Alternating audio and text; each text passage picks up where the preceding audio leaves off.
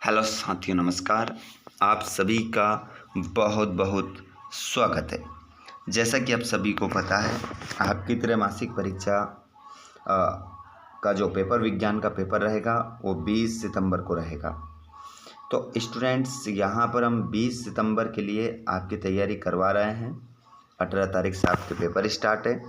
तो त्रैमासिक परीक्षा में आप किस प्रकार विज्ञान के पेपर में अच्छे मार्क्स लेकर आ सकते हैं, आइए हम बात करते हैं। 75 आपका अधिकतम जो अंक का रहेगा, प्रश्न पत्र 75 नंबर का रहेगा। समय आपको 3 घंटे मिलेंगे। सभी प्रश्न करना अनिवार्य है। 1 से लेकर 5 तक आपको 30 वस्तुनिष्ठ प्रश्न मिलेंगे, जिनके लिए आपको एक एक नंबर दिए जाएंगे। पहले आपके 6 वस्तुनिष्ठ प्रश्न रहेंगे सही विकल्प के रूप में, दूसरा रिक्त स्थान रहेगा, तीसरा सत्य सत्य रहेगा, चौथा सही जोड़ी रहेगा, पांचवा एक वाक्य में उत्तर रहेंगे। ये सभी प्रश्न 6 नंबर के रहेंगे। 6 × 5 आपका आंसर यहाँ पर 30 ऑब्जेक्ट हो जाएंगे।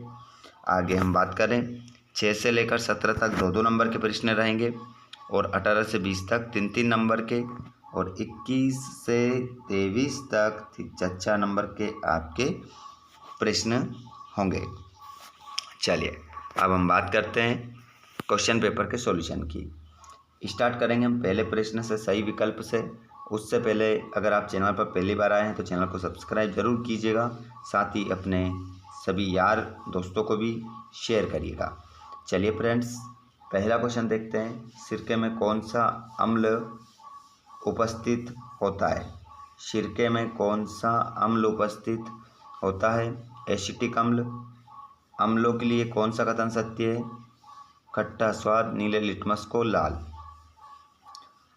आहार नाल के किस भाग में भोजन का पूर्ण पाचन होता है? तो क्षुद्रांत में होता है। ठीक है। और पीएच स्केल की परास है तो 0 से 14। अगला क्वेश्चन, चींटी के डंक में कौन सा अम्ल उपस्थित होता है? मेथनॉइक अम्ल। मेथनॉइक अम्ल चींटी के डंक में पाया जाता है। अगला, सोडियम हाइड्रोजन कार्बोनेट का सामान्य नाम क्या है? तो इसे हम बेकिंग सोडे के नाम से जानते हैं। ध्यान रखिएगा, ये क्वेश्चन परीक्षा में छपने वाले क्वेश्चन है। प्रश्न नंबर 2 देखेंगे हम। रिक्त स्थानों की पूर्ति कीजिए। पादपों में जल का संवहन उत्तक द्वारा होता है, तो यहाँ पर आंसर होगा जाइलम। जाइलम के द्वारा होता है। और पादपों में भोजन का संवहन उत्तक द्वारा होता है, फ्लोएम। फ्लोएम के द्वारा होता है। और जलीय जीव श्वसन के लिए ऑक्सीजन का उपयोग करते हैं, तो यहाँ पर आपका आंसर होगा जल में घुली ऑक्सीजन का उपयोग करते हैं। जल में घुली। मानव शरीर में ऑक्सीजन परिवहन के लिए पिगमेंट उत्तरदायी होता है, हीमोग्लोबिन। हीमोग्लोबिन पिगमेंट जो होता है उत्तरदायी होता है। कपाल तंत्रिकाओं और मेरु तंत्रिकाओं से मिलकर परिधि क्या होगा? परिधि तंत्रिका तंत्र का निर्माण होता है। परिधि तंत्रिका तंत्र की प्रमुख इकाई न्यूरॉन होता है। उसके बाद में प्रश्न नंबर 3 में हम सत्य सत्य देखेंगे। वस्तुओं को हम प्रकाश की उपस्थिति में देख सकते हैं, तो इसका आंसर आपका सत्य हो जाएगा। समतल दर्पण में प्रतिबिंब वस्तु से छोटा परंतु उल्टा बनता है, असत्य, ये लिखा है। गोली दर्पण की फोकस दूरी उसकी वक्रता त्रिज्या की दुगनी होती है, सत्य। और आकस्मिक पर्यावरणीय संवेदना की तुरंत प्रतिक्रिया प्रतिवर्ती क्रिया कहलाती है, बिल्कुल सत्य। और संवेदी न्यूरॉन मेरुरज्जु से आवेग की पेशियां तक पहुंचाती है, असत्य। और आपतन कोण का मान सदैव परावर्तन कोण के मान के बराबर होता है, तो इसका आंसर भी आपका सत्य हो जाएगा। आगे हम बात करेंगे, सही जोड़ी बनाइए। प्राकृतिक स्पेक्ट्रम, इसको आप मिलाएंगे इंद्रधनुष। उत्तल लेंस बीच में मोटा तथा किनारों पर पतला। तारों का टिमटिमाना, अपवर्तन।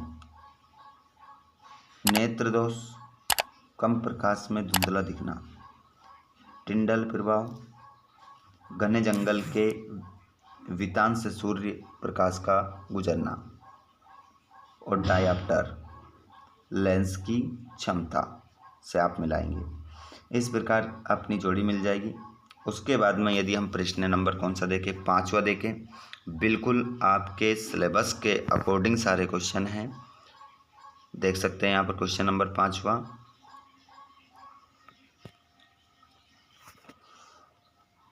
एक शब्द में उत्तर देना है।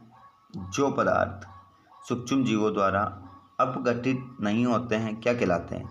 तो उनसे कहते हैं हम अजैव निम्नीकरणीय, अजैव निम्नीकरणीय कहलाते हैं। किन्हीं दो अपशिष्ट पदार्थों के नाम लिखिए। तो एक तो कांच, एक प्लास्टिक। और CFC का पूरा नाम लिखिए, क्लोरोफ्लोरोकार्बन। संपूर्ण विश्व में मनुष्य के क्रियाकलापों से वातावरण का तापमान बढ़ने की घटना क्या कहलाती है? तो इसे हम कहते हैं ग्लोबल वार्मिंग कहते हैं। किसी खाद्य श्रृंखला का आरेख बनाएंगे। तो उत्पादन, उपभोक्ता, अपघटक। जो पदार्थ सूक्ष्म जीवों द्वारा अपघटित होते हैं क्या कहलाते हैं? जैव निम्नीकरण, जैव निम्नीकरण कहलाते हैं। और यहाँ पर क्या था? अजैव निम्नीकरण। क्वेश्चन अलग है, पढ़ के देख लेना। अब आप देख सकते हैं यहाँ पर 2-2 नंबर के प्रश्न और 3-3 नंबर के प्रश्न। इन क्वेश्चनों के अलावा कोई और क्वेश्चन आपको पढ़ने की आवश्यकता नहीं है। देख सकते हैं अच्छे से 17 तक 2-2 नंबर के क्वेश्चन है। वीडियो को रोक रोक कर देख लेना। ये PDF चाहिए तो आपको टेलीग्राम पर मिलेगा। टेलीग्राम की लिंक डिस्क्रिप्शन में है, या फिर आप सर्च भी कर सकते हैं टेलीग्राम पर जाकर। Free Sanskrit coaching classes, Saraswati का लोगो वाला अपना चैनल है। देख सकते हैं 23 तक पूरा क्वेश्चन पेपर। ठीक है, ये हो चुका है। वीडियो अच्छा लगा हो तो लाइक ज़रूर कीजिएगा और आपके दोस्तों को भी शेयर कीजिएगा, जिससे उनको भी समय पर सारे वीडियो मिल सके। धन्यवाद। Thanks for watching.